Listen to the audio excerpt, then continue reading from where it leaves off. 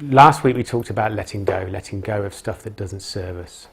And the week before that, we talked about the peaceful place in each and every one of us that is pure awareness. And from that place we can observe what's going on the surface of our existence. And both of those two skills, getting rid of stuff, going inside to that pure awareness, skills that can be practiced, by the way, they allow us to be more effective in our work. And the reason they do that is because we can clear away stuff and also take a step back. And that's just those two things, getting rid of stuff that you don't need and taking a step back so you can observe things more clearly, immediately make you effective. It's like magic. So the more you practice those things, and again, it's like everything else that we talk about here, you can practice it every day. You can practice it all day, every day if you want to, because it's nothing. You don't need materials, you don't need equipment, you don't need a special place to go to. You can do it throughout the day, whatever work, play, home, whatever you're doing. And it really is just awareness, becoming aware of what's going on. So tonight we're going to look a bit deeper into a subject that we spoke about during a previous seminar, number 10, back in June, which was called Calibrate the Machine. And that one was all about understanding our machinery, understanding our system. So becoming more aware of our abilities and skills, getting feedback from other people so that you can complete the picture, and also looking at your own feedback mechanism and how that works. And it's that point, that final point, that we're going to look into a little bit more detail tonight, because that's all about listening to yourself. So again, all those thoughts and feelings that we have, that we dismiss so quickly and so readily because it perhaps doesn't make sense to the situation we're in at the moment, or it seems just so completely random that it can't possibly make sense, we ignore them. We dismiss them. And what I'm hoping to demonstrate tonight is that if you use that ability that we all have, then your life's going to get easier. What we're doing, we're dealing with those almost flickers, they're almost gone as soon as they arrive. So it doesn't take any effort for us to dismiss them. We're not actually having to push them away unless they keep coming back. They're so delicate, if you like, that you need to be calm, you need to be quiet, you need to be centered in order to hear them fully or to notice them fully. And yet we still dismiss them because we'd be crazy to say something like this in front of these people, or that makes no sense at all to what I'm doing here. That stream of consciousness, all those thoughts that go through our head, thousands of them every single day, I'm not talking about paying attention to those.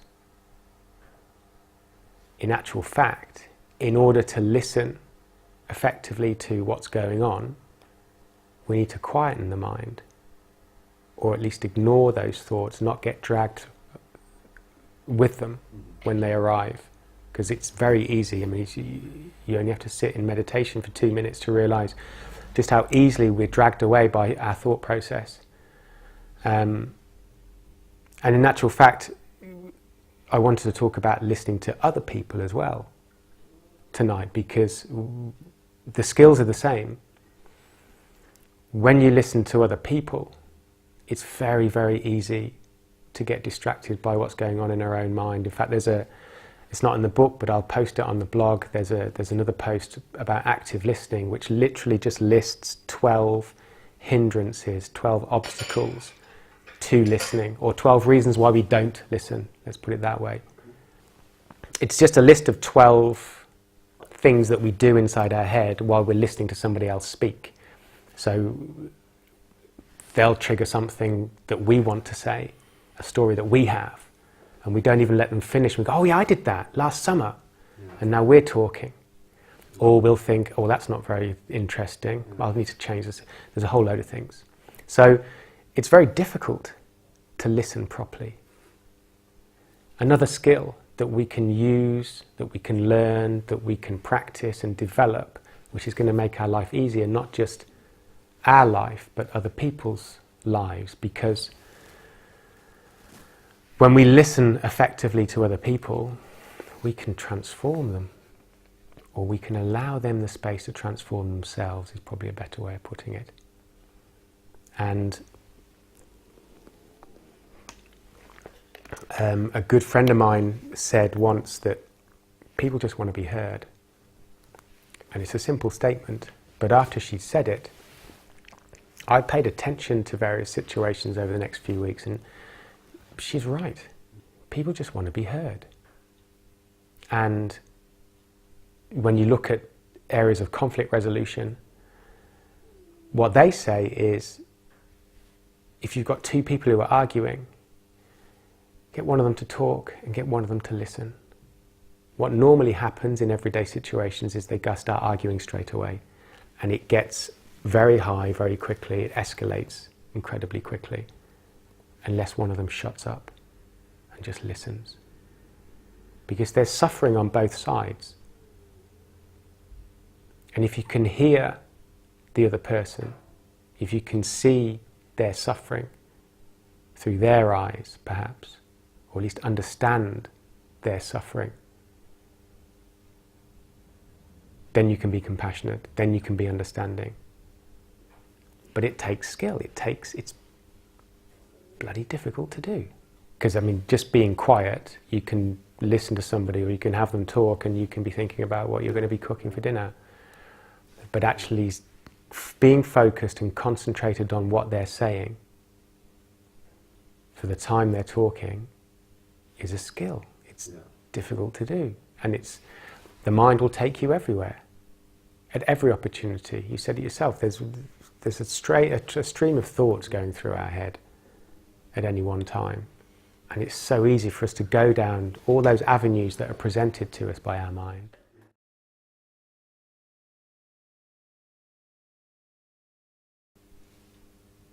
It's a good question, because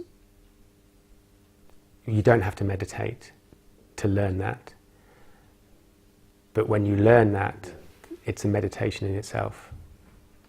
Because if you say meditation, it's all very different. There are different ways of meditating, but let's take one. Just focus on your breathing. And every time your thoughts come and take you away, and you realize, because again, that's another barrier we face. We don't even realize we've gone down these roads. So as soon as you realize you're thinking about dinner later on, go back to your breathing and be there and focus on that. And then 2 seconds later, you're gone again. Come back to your breathing. Every single time, come back to your breathing, come back to your breathing. That's meditation. Listening to somebody, what am I going to have for dinner tonight? Come back to them. Come back to listening to their words. Focus on them.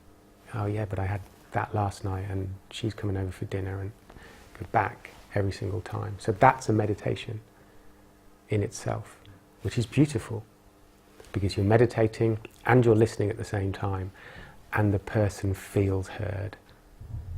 There's often no greater gift that you can give to somebody than just to listen to them, and to have them say to you at the end, thank you for listening, because they can feel it. You know it yourself when you talk to people, and they don't have to be on their phones. That's an obvious example that they're not fully with you. But you can sense that they're not there. You can sense that maybe they've just come home from work and they're thinking about work, or they're thinking about something else. You can see it. Certainly in extreme situations when it's like that, but also the subtleties, the subtle situations where they're not quite there. And this goes back to the subject of tonight. If you feel as though this person isn't listening to you, listen to yourself. and just cut the conversation off. Not in an impolite way, you don't have to be rude about it. Just say, look, it feels as though you're not listening, it's fine, you know, you've got a lot on your mind, let's have a cup of tea and perhaps we can have a chat later on or in 10 minutes or whatever. Do you need any help? Do you need time to just relax? But if you feel that they're not listening to you, listen to yourself. Take yourself seriously. Don't dismiss these things, because they'll help you and they'll help the other person. The other person is trying to tell you stuff, trying to listen to you, because it's what they should do, or they've agreed to have this conversation, or for whatever reason, they're trying to do their best. But if you say, listen, you know, it's clearly your mind's elsewhere, thanks for mentioning that, because, you're right. So again, if you listen to yourself, you can help yourself and other people. If you listen to other people, you can help yourself and other people. It's beautiful, just by listening. But it's difficult. Well, perhaps not difficult. It's difficult to do properly, to do well, do effectively. But we get a chance to practice every single day. Unless you don't talk to anybody, you get a chance to practice 10, 15, 20, 200 times a day, depending on what you do with your time. So we always have an opportunity to practice. You're doing it now. You're probably doing it with a greater level of awareness than last week, perhaps, because we're talking about it. And tomorrow, you'll speak to those people that you spoke to today, but you'll listen more intently. You'll be more focused because of what we talked about. It's an opportunity to practice. So you can practice letting go of things. You can practice going to that place which is just awareness, where you can observe what's going on, observe yourself, observe how you feel. And you can also practice listening to people, listening to yourself. And very often these thoughts and these feelings that we have that come from nowhere, and again I'm not talking about just the maelstrom of thoughts that we have in our head. You can tell the difference with practice, with experience, and that's the calibration part, is what's relevant amongst all these thoughts and feelings that are going on. And the more you look into it, how your system functions, the more experience you have, where you can say, yeah, I can ignore that, but I'll take this. I wrote down a couple of points about when you listen to yourself. There's kind of two aspects to it, and one of them is trust yourself that you have all the answers. So you can go to that source, actively go to that source and go, okay, I have all the answers. What do I do in this situation? And be quiet. You know, don't do it while you're driving your car, although you can do that. But it's more effective if you just take a few minutes to center yourself and be quiet and be still and ask those questions. It's like when we talked about the mind. I'm not sure whether you guys were here when we talked about the mind, which is in the second seminar. To counteract the mind sometimes, ask it questions. It sounds crazy, but it works. Two of the most effective people I know talk to themselves, ask themselves questions, tell themselves to be careful, go through their checklist before they leave the house, tell themselves to calm down when they need to. They know what they're like. One of them that I've even heard say, look, do this and you can have an ice cream. And that calms the mind. So that's the one aspect, is trust that you have all the answers and go there, actively go to that source of wisdom. And the second one is what we've been talking about so far, is those little pricks that come in and go, this feeling, this thought. It seems those come from nowhere. Listen to those, follow them through. Don't just accept them, because you need to understand also that your mind is still capable of mischief. It can still have its fun. It will feed you with thoughts and feelings and watch you. Trust them implicitly, but you don't have to. Or at least it's not wise to just trust them blindly. Do your own research into how you feel and what you're thinking, how you function. And the more you do that, the more experience you have, the more effective you become. And what I'm going to do is I'm going to give you a piece of paper, and in order just to promote this attention that we're paying to this part of us, every 15 minutes I'm going to give you a minute to write stuff down. And it doesn't matter what you write, because the writing aspect has the same kind of effect as sitting quietly. When you begin to write stuff, perhaps won't happen in 1 minute, but if you say sit down for 20 minutes and you start writing, after 20 minutes you might find yourself writing stuff that you didn't even think was in there. Where's this coming from? And it's because, and we talked about it before I think, when you write things down, you're slowing the whole process down enough for thoughts and feelings to surface that normally wouldn't get a chance. Because we think so quickly, you said it yourself, and we talk also pretty quickly. And if we've gone over these things a few times in our heads, we'll just skip over things like stones skimming across a lake. We'll skip over things in our heads and get to that conclusion that we've reached before. If we talk to people and they ask us questions which force us to explain ourselves, then we'll stop and we'll explain. Now, if you go to the writing stage, that slows down things even further. So what I'm going to do is every 15 minutes, and we're up to 15 minutes, I'm just going to give you a minute, that's 60 seconds, and you can write down whatever you want, whether it be from tonight, whether a thought you've got in your head, it doesn't matter. There's no right or wrong here. All I want is for you to write for 60 seconds.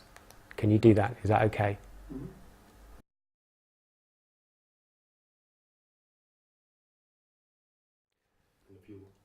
That's it.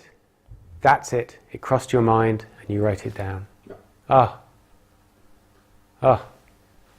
Kipperfell. Great. Because that's exactly it. I mean, what I'm doing is giving you a minute, so I'm giving you the space to do that.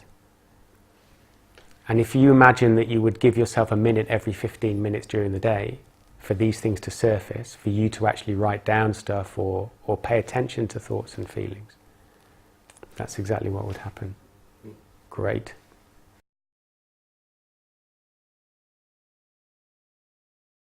Whether your focus is on your own breathing when you're sitting on your cushion at night or in the morning, or whether your focus is on me because you've made a commitment to yourself and to me to listen, doesn't make any difference.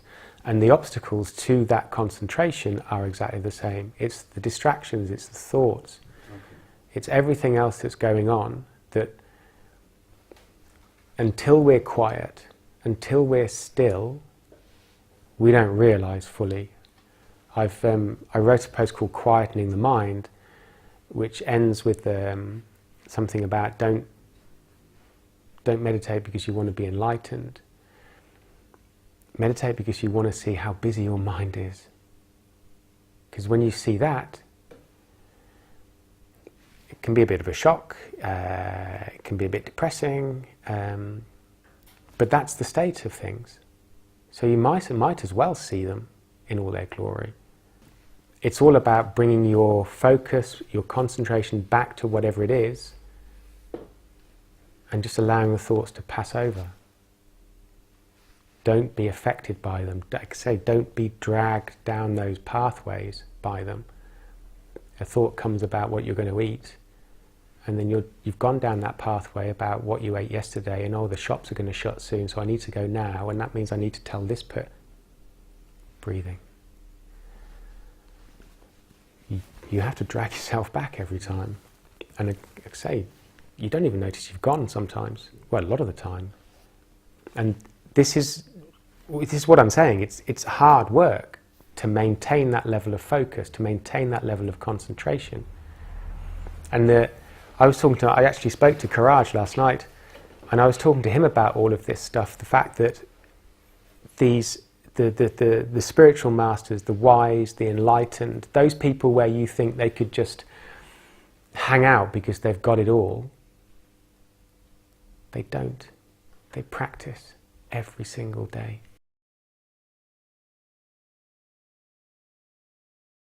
That makes me think of how I had terrible back problems when I was younger, and I was in such pain for 5 weeks. I couldn't move. I lived on the floor, couldn't move at all. And I remember saying out loud, "Tell me what I need to do and I'll do it." And a couple of years later I started working with this guy, and he told me what I needed to do, and I did it. So the people who are suffering, there's a large, well, I don't know how large a group, but there's a group of those people who will be questioning things because of the pain, because of the suffering. So they're more likely to make changes than the people at the top. So it's a blessing in disguise, if you like. Just like the highs and lows, you can't have one without the other. You can't have happiness without suffering. And that's a little bit difficult to get your head around sometimes, because surely it's possible to be happy without being sad, without suffering. Not in this world, not in the world that we live in. In some other world maybe, but this one, and this is what a friend of mine's a Buddhist, and the basic tenets of Buddhism are that life is suffering. And this is the same thing about facing up to the fact that your mind is just full of stuff. If life is all about suffering, then we're better off knowing, aren't we? Because if that's the true nature of life, then we should know about it, rather than be surprised and constantly looking for a way around the suffering so as not to experience it. And again, it's this high and low stuff. It's the same thing. I want to be up here. Yeah, but if you're up here, you're going to... No, I'm not. I'm going to stay up here. I'm going to do cocaine all weekend. I'll deal with the low on Monday, but I'm going to stay here as long as I can. You can't stay there forever. Not in this world, not in this life. And it's better to know that. If that's the case, it's better to know. And apparently life is suffering. But through that suffering, you can find happiness. It's transforming that suffering into happiness. Yeah. Stick that on your fridge. I look after myself more because of my bad back. I appreciate my health more because of the pain I've been in the past. So there's also a possibility that I could have become an alcoholic or addicted to pain medication, because I had some great pills when I was struggling. Yeah. And I kept a load of them after I got better as well, and I'd take them just to cheer me up every now and again. So I could have gone down that road, but I literally cried out, just, well, not shouted, but just tell me what I need to do and I'll do it. I'll do anything. I can't stand this pain anymore. So suffering has its advantages. And this whole personal development stuff is like gold to me. It's same thing. There's no money in the world that can make me as satisfied as this stuff has. Being able to do this, and it's beautiful because it is so simple. The second book in these 4 is called Simple but Not Easy. The difficulty comes from the distractions that we have on a daily basis. The fact that society says we should be doing something else when really we want to be practicing awareness or our listening skills or our breathing. Just going into your breathing. I mean, I've read it before, there's a piece in there called "Are You Still Breathing?" Because Karaj used to say to me, when you're panicking, just ask yourself this one question: am I still breathing? Of course you are, otherwise you can't ask the question. And as soon as you ask that question, your focus goes back to your breathing, and you calm yourself down, and you give yourself enough time to be able to deal appropriately with a situation that has put you into a mode of panic for some reason. Going back to your breathing every single time. That's it. And if it's that simple, why aren't we doing it? Why isn't this taught in schools? Why isn't this readily available? Why isn't this on every television screen at 6 o'clock in the evening? Focus on your breathing, people. Remember? Focus on your breathing. Here's the news. That's all it would take. Yeah. Well, it would take a bit more, but that's a good start. But this stuff is coming into schools. I saw a piece on Facebook about a school somewhere, probably America, that said we don't do detention anymore. We've replaced detention with meditation. So if you've been naughty, you go into the meditation room for 10 minutes and you concentrate on your breathing. Wow, meditation is a form of punishment, let's say, but it's not punishment, because what we're doing with these people is showing them there's a way to center themselves. And they're 10 years old. Brilliant.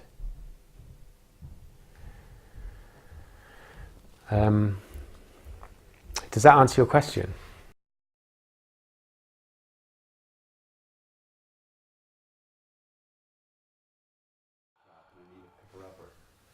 Very good. That's you. Oh, Jesus. That's the whole seminar in 30 seconds. Wow. I wrote these down, but I don't know why. They're meaningless. It doesn't matter. And then you go again. Yeah, I don't know. I'd even put a star next to this one, and I don't know why I did it. So you've got clarity, and then you've got intention, and those two things are so important in this kind of work, because if you can create clarity for yourself going into something, that's half the work done. And the whole intention thing, am I phoning him because I feel sorry for myself or because I genuinely miss him? Beautiful, absolutely beautiful, because that's I mean, we can literally just go home now, because that's the whole thing. You see how easily you were prepared to dismiss it. So what you've done is you've demonstrated exactly what I'm talking about. And if we hadn't have written things down here, it would have been dismissed completely. Because if you take nothing else from that whole list that you've written tonight, just those last 2 points, and those are the two that you don't know why I've written this down. Don't know why. It doesn't make any sense. It doesn't even make any sense to me, you said. And that's exactly what I've been saying all along. It's exactly those things that we need to pay attention to. That's brilliant. Good work. I love it.